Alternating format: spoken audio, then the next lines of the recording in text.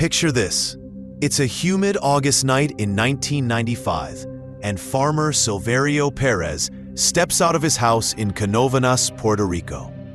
He's checking on his animals one last time before bed. But as his flashlight cuts through the darkness, he freezes. 8 of his sheep lie motionless in their pen, their bodies completely drained of blood.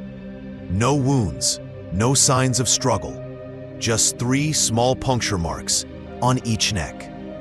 As if something had inserted a surgical tube and sucked them dry. This wasn't the work of a wild dog or a human predator. This was something else entirely. Something that would soon terrorize an entire island, then spread its reign of fear across Latin America and beyond. Something the locals would come to call El Chupacabra, the goat sucker. But here's what will shock you. After nearly 3 decades of investigations, government cover-ups, and thousands of reported encounters, we still don't know what the Chupacabra really is. Is it an undiscovered species? A genetic experiment gone wrong? An extraterrestrial visitor? Or something far more terrifying than we ever imagined? Today, we're going to unravel one of the most enduring mysteries of our time. We'll take you deep into the jungles of Puerto Rico, through the villages of Mexico, and into the heart of a legend that refuses to die. Because the truth about the Chupacabra might be stranger than fiction itself. To understand the Chupacabra, we need to travel back to the 1990s, to an island where strange things had been happening for months before anyone dared to speak its name. Puerto Rico in 1995 was a place caught between worlds. Modern cities stood alongside ancient rainforests. Spanish colonial architecture shared streets with American fast food chains. And in the rural communities scattered across the island's mountainous interior, old superstitions still held sway over daily life. The first whispers began in early 1995 in the small town of Orocovis. Farmers started finding their livestock dead under mysterious circumstances. Goats, chickens, rabbits, all drained of blood with the same distinctive puncture wounds. But these weren't random animal attacks. Whatever was doing this was methodical, almost surgical in its precision. Local veterinarians were baffled. The wounds didn't match any known predator. There were no claw marks, no torn flesh, no signs of feeding. Just those 3 perfect holes, usually found on the neck or chest, as if something had used the animal as a living juice box. Word spread quickly through the tight-knit farming communities. Neighbors shared stories in hushed tones. Children were kept inside after dark. And then, on that fateful night in August, everything changed. Silverio Perez's discovery in Canóvanas wasn't just another livestock attack. It was different, more brazen, more complete. 8 sheep in one night, all killed with the same mysterious precision. But this time, something else had happened. Perez's neighbor, Madeline Tolentino, claimed she had seen the creature responsible. And her description would launch 1,000 nightmares. According to Tolentino, the creature stood about 4 feet tall, with grayish-green skin that seemed to change color like a chameleon. It had large, oval-shaped red eyes that glowed in the darkness. Its back was lined with sharp spines or quills that could extend and retract at will. The creature moved with an otherworldly grace, sometimes walking upright like a human, sometimes hopping like a kangaroo, and sometimes crawling on all 4s with spider-like agility. But perhaps most disturbing of all was its face. Tolentino described features that seemed almost alien. A small mouth with protruding fangs, no visible nose, and those haunting red eyes that seemed to stare right through you, as if it could see into your very soul. Within days, Tolentino's account was front-page news across Puerto Rico. The creature needed a name, and local comedian Silverio Perez, no relation to the farmer, coined the term that would stick: El Chupacabra, literally the goat sucker. But this was just the beginning. What happened next would transform a local mystery into a global phenomenon. By September 1995, the Chupacabra had become Puerto Rico's public enemy #1. Reports flooded in from across the island, not just livestock attacks, but actual sightings of the creature itself. Farmers, housewives, children, even police officers claimed to have encountered the beast. Each witness added their own details to the growing legend. Some described a creature with leathery wings that could fly short distances. Others claimed it could become invisible or phase through solid objects. A few insisted it could hypnotize its victims with those piercing red eyes, rendering them helpless as it fed. The Puerto Rican government found itself in an impossible situation. Tourism was the island's economic lifeline, and Mayor José Soto of Canóvanas took a different approach. Rather than deny the creature's existence, he embraced it. He organized hunting parties, set up tourist attractions, and even commissioned a statue of the Chupacabra for the town square. If this creature wants to live in Canóvanas, Soto declared, then it will pay taxes like everyone else. But the humor couldn't mask a growing sense of unease. Reports were becoming more frequent and more disturbing. In the town of Caguas, a woman named Jaime Torres claimed the Chupacabra had tried to break into her home, leaving deep scratch marks on her metal security door. In Gurabo, a group of teenagers swore they saw the creature drinking from a stream, its red eyes reflecting the moonlight like burning coals. Perhaps most chilling was the account of 8-year-old Osvaldo Rosado from the town of Comerío.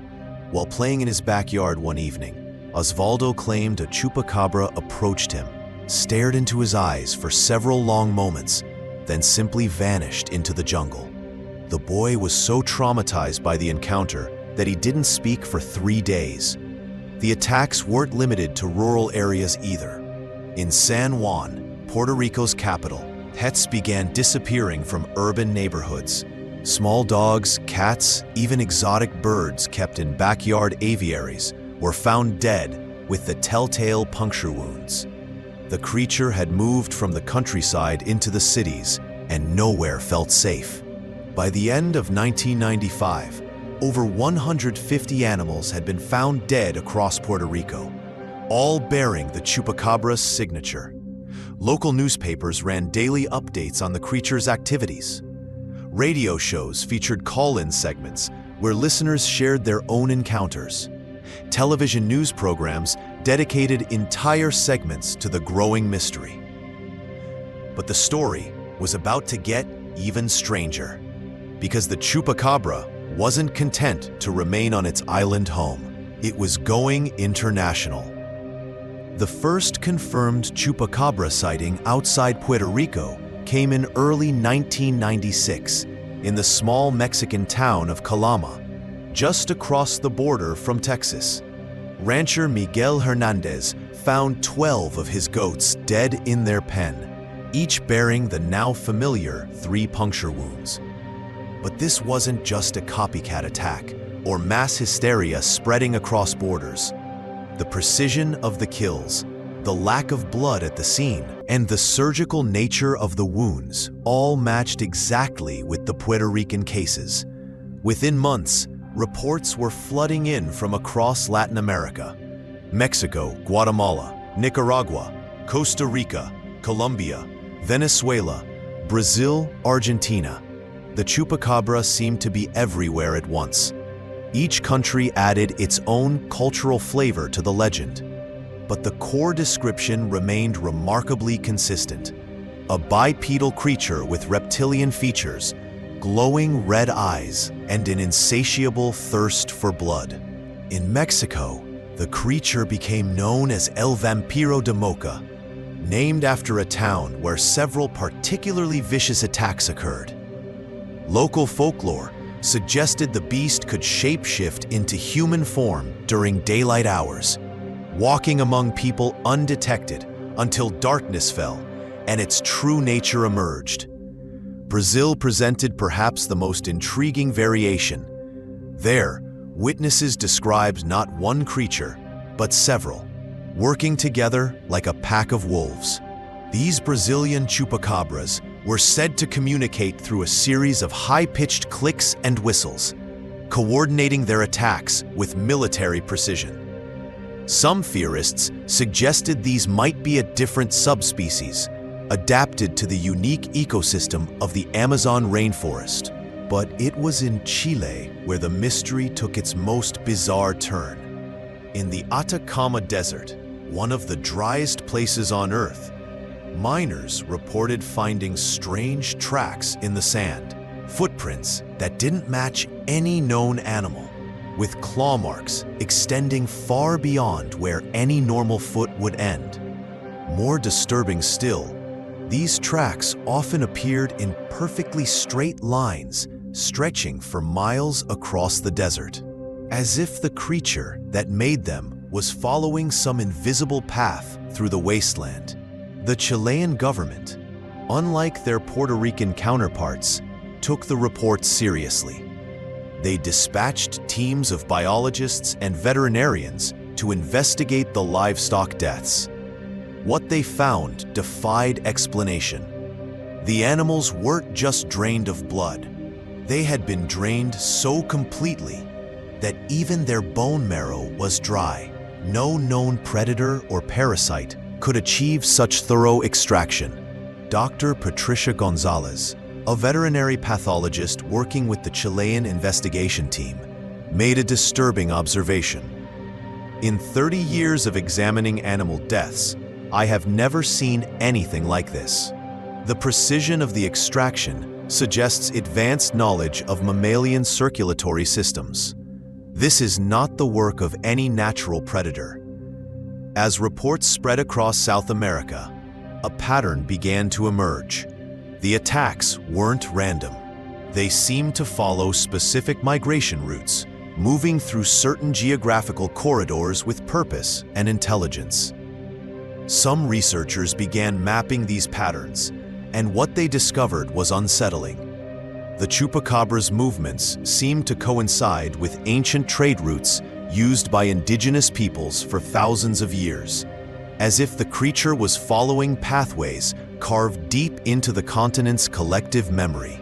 By 1999, the chupacabra had crossed into the United States, and suddenly, America's skeptical media couldn't ignore the story any longer. The first confirmed U.S. sighting came from Hidalgo County, Texas, just miles from the Mexican border. Rancher Frank Gonzalez found 37 chickens dead in his coop, all bearing the familiar puncture wounds, all completely drained of blood. But this wasn't just another livestock attack. Gonzalez had set up security cameras around his property after previous unexplained incidents. When he reviewed the footage, he captured something that would change everything. Grainy, night vision images of a creature moving through his yard with fluid, unnatural grace. The footage was brief and unclear, but it showed something bipedal, about 4 feet tall, with elongated limbs and a distinctly non-human silhouette. The Texas footage went viral before viral was even a common term. Television news programs across America picked up the story. The chupacabra had officially arrived in the United States, and the American media machine went into overdrive. Suddenly, every unexplained animal death from Florida to California was attributed to the chupacabra. Livestock attacks that might have previously been blamed on wild dogs, coyotes, or even animal abuse were now chupacabra sightings. The creature's legend grew with each news report, each internet forum discussion, each late-night talk show joke. But something interesting happened as the story spread north. The American chupacabra began to evolve.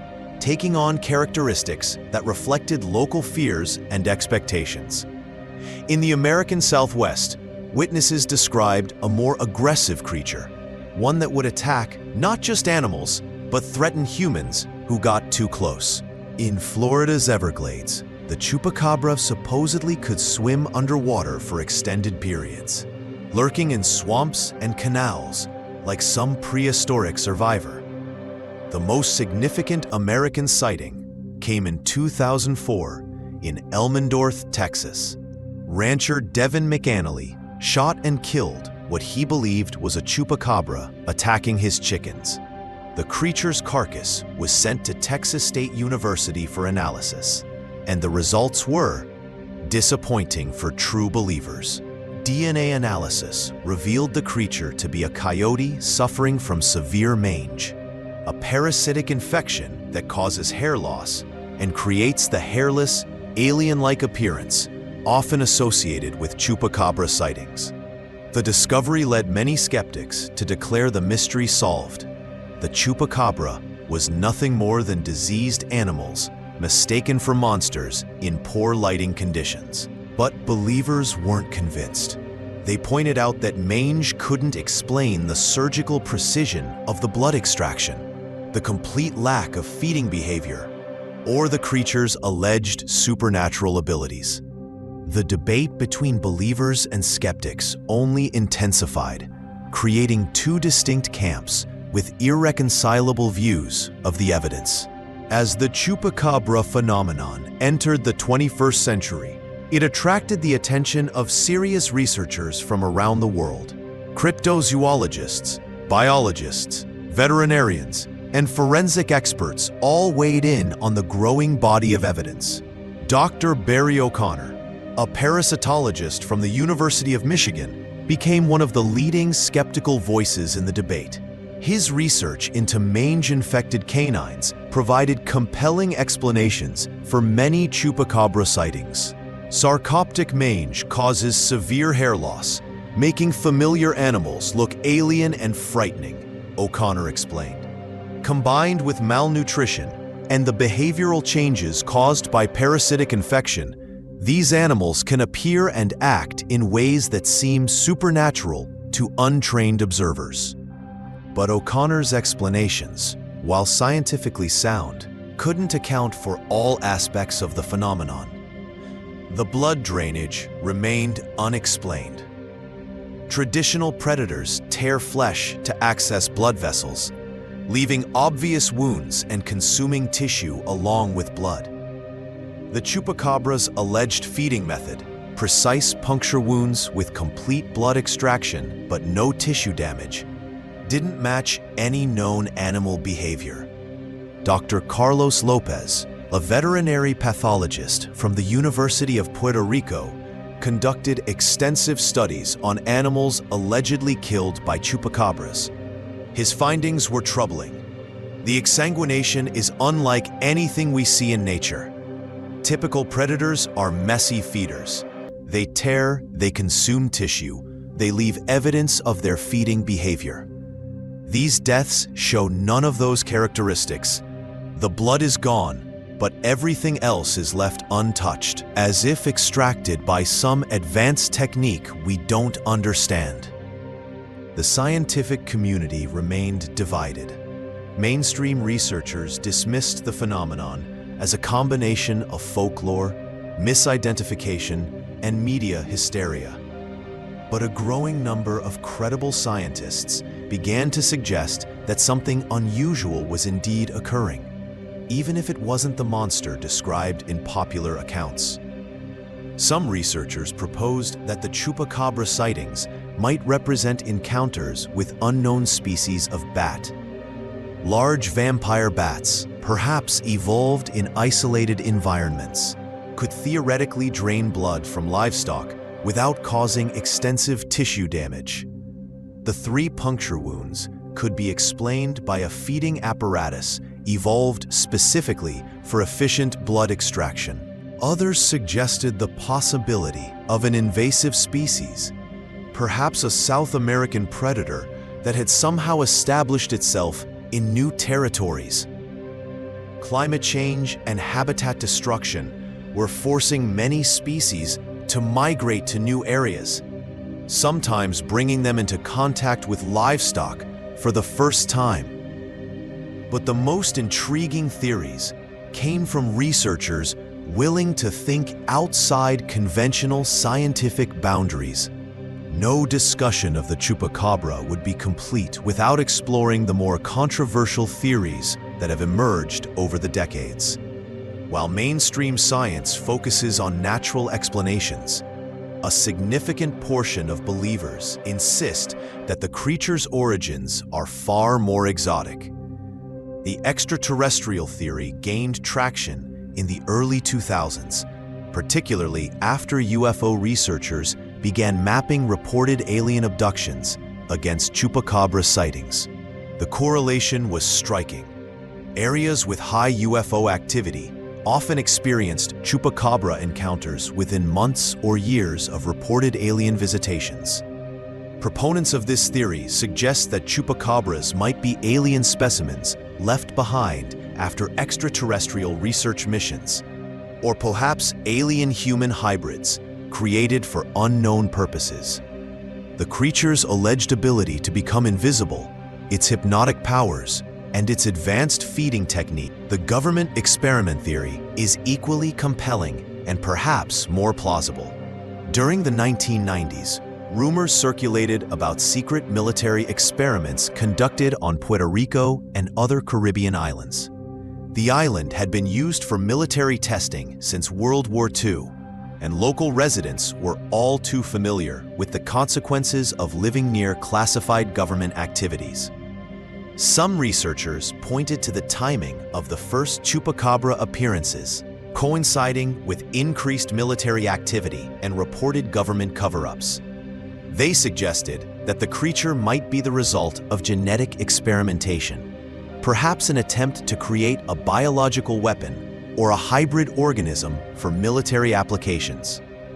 The most detailed version of this theory was presented by investigative journalist Jorge Martin, who spent years documenting alleged government involvement in the Chupacabra phenomenon.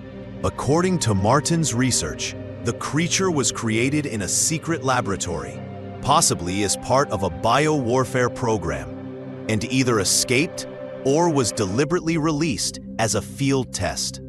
Martin claimed to have interviewed government insiders who described encounters with strange creatures in underground facilities. He documented instances of military personnel allegedly capturing Chupacabras, only to have the evidence disappear into classified channels. His work suggested a coordinated effort to suppress information about the creature's true nature and origins. Then there's the interdimensional theory, perhaps the most exotic explanation of all. This theory suggests that Chupacabras don't originate from our world at all, but instead slip through from parallel dimensions or alternate realities. Proponents point to the creature's alleged ability to appear and disappear without trace, its seeming defiance of natural laws, and the fact that physical evidence of its existence remains frustratingly elusive. Dr. John Brandenburg, a plasma physicist who has studied anomalous phenomena, has suggested that certain geographical locations might serve as thin spots between dimensions, allowing entities from other realities to occasionally breach into our world. The fact that Chupacabra sightings often cluster around specific locations, returning to the same areas year after year, supports this theory according to its believers. Today, nearly 30 years after that first encounter in Puerto Rico, the Chupacabra remains as mysterious as ever. The creature has evolved from a regional folklore into a global phenomenon, inspiring movies, television shows, books, and countless internet debates. But has all this attention brought us any closer to the truth? In some ways, the modern era has made the mystery more complex, rather than solving it. Digital cameras and smartphones should have provided clearer evidence, but instead, they've created a flood of hoaxes and misidentifications that muddy the waters. Every blurry photograph and shaky video clip must now be examined for signs of digital manipulation. Social media has democratized monster hunting, allowing anyone to share their encounters with a global audience. But this has also led to what researchers call contamination of the legend. New details and characteristics that have nothing to do with the original sightings, but become part of the accepted Chupacabra mythology. Despite decades of investigation, certain aspects of the phenomenon remain stubbornly consistent. The precision of the blood extraction continues to baffle veterinary experts.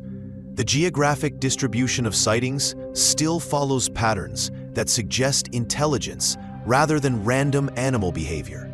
And credible witnesses, police officers, veterinarians, government officials continue to report encounters that defy conventional explanation. In 2018, a team of researchers from the International Cryptozoology Society conducted the most comprehensive analysis of Chupacabra evidence to date.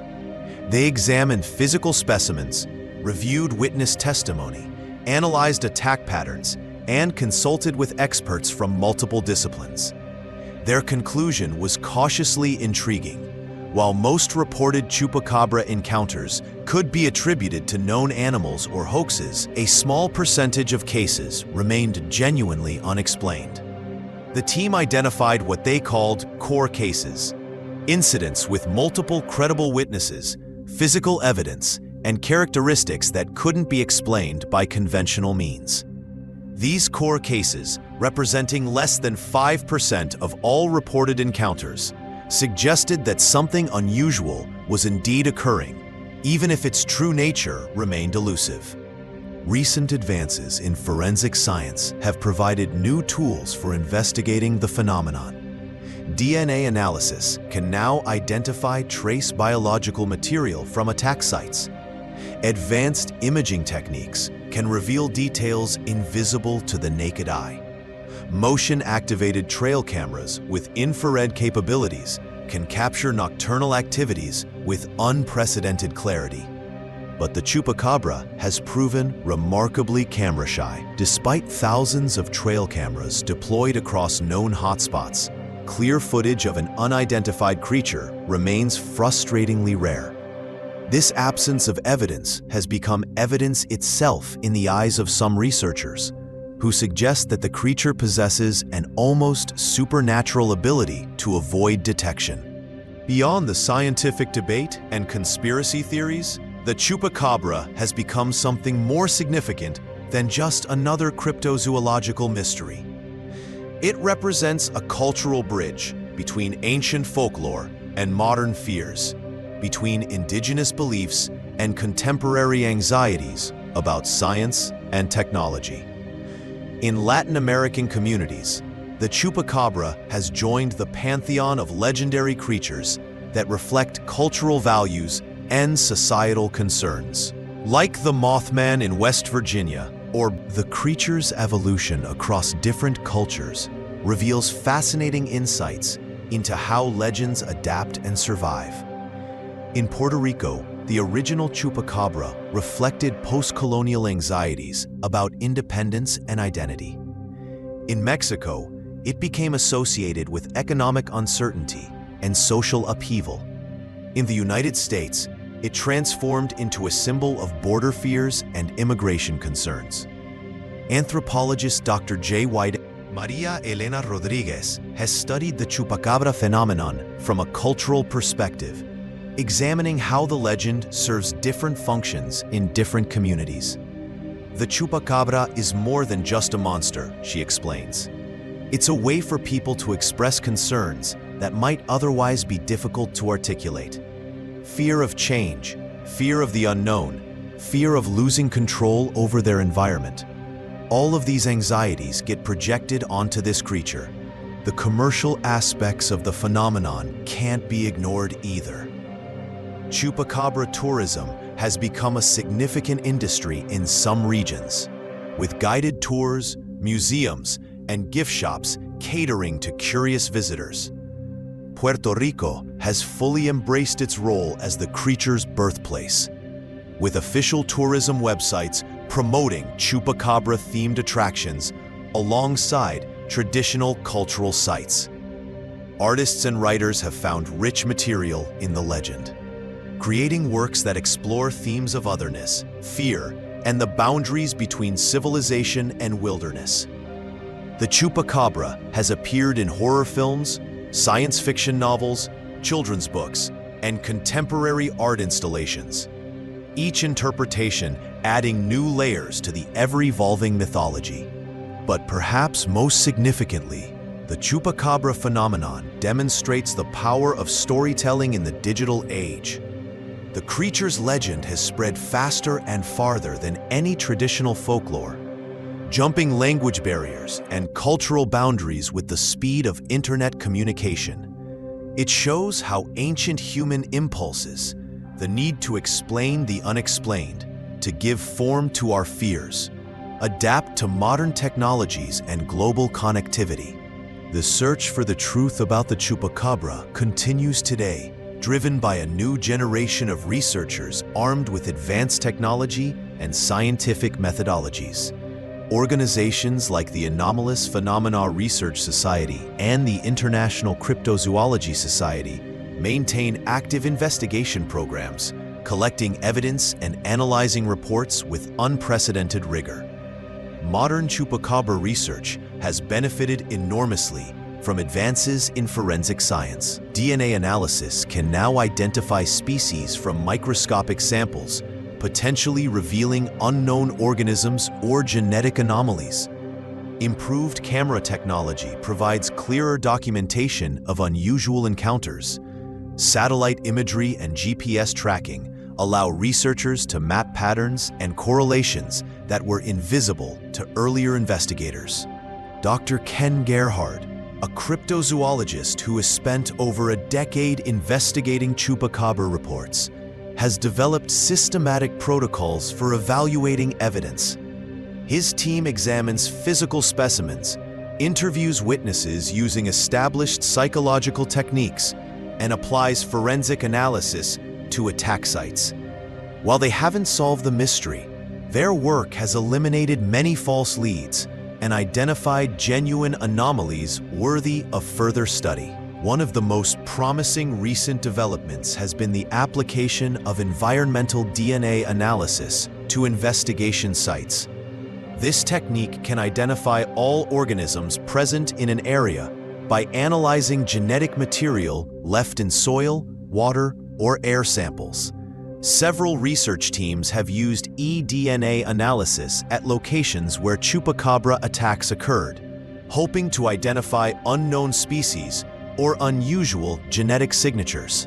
The results have been intriguing but inconclusive. Some sites have yielded DNA from known predators, like dogs or coyotes, supporting the mange theory. But others have produced genetic sequences that don't match any cataloged species, suggesting the presence of unknown organisms. However, these anomalous sequences are often degraded or contaminated, making definitive identification impossible. Technological advances have also revealed new aspects of the phenomenon that earlier researchers missed. Analysis of historical weather patterns shows that many chupacabra encounters occur during specific atmospheric conditions, particularly during periods of high electromagnetic activity associated with thunderstorms or unusual geological events. Some researchers have speculated that these conditions might somehow facilitate interdimensional breaches or trigger unusual animal behavior. The rise of citizen science has also transformed chupacabra research. Smartphone apps allow witnesses to immediately document encounters with GPS coordinates, timestamps, and high-quality photographs. Online databases collect and analyze sightings from around the world, identifying patterns that individual researchers might miss. But technology has also created new challenges. The proliferation of hoaxes and digital manipulations has made it increasingly difficult to evaluate evidence. Every photograph must be analyzed for signs of digital alteration. Every video must be scrutinized for inconsistencies or special effects. The signal-to-noise ratio has deteriorated significantly as the volume of alleged evidence has increased.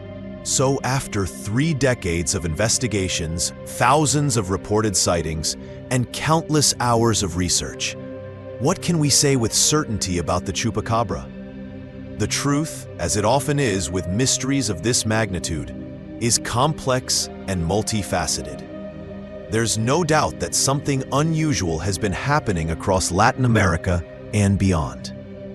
The consistency of certain details, the precision of blood extraction, the specific wound patterns, the clustering of incidents in particular geographic areas suggests that the phenomenon isn't entirely explainable as mass hysteria or folklore. The mange theory, while scientifically compelling, can't account for all aspects of the mystery. Diseased coyotes and other canids can certainly appear alien-like and frightening, but they don't typically drain blood with surgical precision while leaving surrounding tissue untouched. They don't coordinate attacks across vast distances, and they don't exhibit the intelligent behavior patterns described in many encounters. Similarly, the hoax theory, while undoubtedly explaining some reported sightings, doesn't address the core cases with multiple witnesses, physical evidence, and credible documentation. It's unlikely that hundreds of independent witnesses across multiple countries would collaborate in an elaborate deception spanning decades. The government experiment theory remains plausible but unproven. The timing and geographic distribution of early sightings do correlate with known military activities in the Caribbean region. Puerto Rico's history as a testing ground for experimental weapons and biological research provides a context that makes such theories at least conceivable. However, the lack of concrete evidence or credible insider testimony keeps this explanation in the realm of speculation. What seems most likely is that the Chupacabra phenomenon represents a convergence of multiple factors. Some sightings are undoubtedly misidentified known animals, particularly those suffering from disease or genetic abnormalities. Others are probably hoaxes or attention-seeking behavior. Some might represent encounters with rare or unusual species that haven't been properly cataloged by mainstream science. But at the core of the phenomenon, there appears to be something genuinely anomalous, a small percentage of cases that resist conventional explanation and suggest the presence of an unknown organism or phenomenon. Whether this represents an undiscovered species, a genetic hybrid, or something even more exotic remains an open question. The blood-draining behavior remains the most puzzling aspect of the authentic cases. No known predator exhibits this precise surgical feeding pattern. Some researchers have suggested that the Chupacabra might represent an evolutionary adaptation to specific environmental pressures, perhaps a creature that has developed specialized feeding mechanisms to survive in particular ecological niches. Others propose that multiple creatures might be responsible for the various sightings, with different species or subspecies in different geographic regions. This would explain the variations in witness descriptions while maintaining the core characteristics that define the phenomenon. As we reach the end of our journey into the world of the Chupacabra, we're left with more questions than answers. But perhaps that's fitting for a mystery that has captivated imaginations and challenged assumptions for 3 decades. The Chupacabra phenomenon tells us something important about human nature and our relationship with the unknown. In an age when we believe we've mapped every corner of our planet and cataloged every species, the possibility that something genuinely mysterious still exists among us is both thrilling and unsettling. The creature represents our deepest fears and our wildest hopes. Fear that we're not alone, that something predatory and alien shares our world. But also hope that mysteries still exist, that the age of discovery isn't over, that wonders and terrors still wait to be uncovered in the shadows of our modern world. Whether the Chupacabra is a real creature, a cultural phenomenon, or something in between, it has succeeded in one remarkable achievement. It has kept us wondering. In a time when everything seems explained and categorized, the Chupacabra reminds us that the world still holds secrets. The investigation continues. Researchers across the globe are still collecting evidence, interviewing witnesses, and applying new technologies to old mysteries. Each year brings new sightings, new theories, and new possibilities. The creature that terrorized a Puerto Rican farmer 3 decades ago has evolved into something larger than itself, a symbol of the unexplained, a reminder that our world is stranger and more complex than we often imagine. So the next time you're walking alone at night and you hear a strange sound in the darkness, remember the Chupacabra. Remember that somewhere out there, in the jungles of Puerto Rico, or the deserts of Chile, or perhaps even in your own backyard, something might be watching. Something with glowing red eyes and an insatiable thirst that we don't yet understand. Because in the end, the most terrifying possibility isn't that the Chupacabra is real. It's that we've only seen the beginning of what's really out there, waiting in the shadows, just beyond the edge of our understanding. The hunt for the truth continues. And perhaps, just perhaps, one day we'll finally unmask the creature that has captured our collective imagination and refused to let go. What do you think? Is the Chupacabra a flesh and blood creature waiting to be discovered? Or something far stranger than we ever dared to imagine? The mystery endures, and the search for answers continues. Join the investigation, because in a world full of questions, sometimes the most important thing we can do is keep asking them. After all, the truth is still out there, somewhere in the darkness, with glowing red eyes and secrets we've yet to uncover. The mystery of the Chupacabra continues to evolve, and new evidence emerges regularly. What will tomorrow bring? Only time will tell. But one thing is certain. The creature that started as a local legend in Puerto Rico has become a global phenomenon that refuses to be explained away. The hunt for the truth continues, and the next chapter in this extraordinary story might be written by you.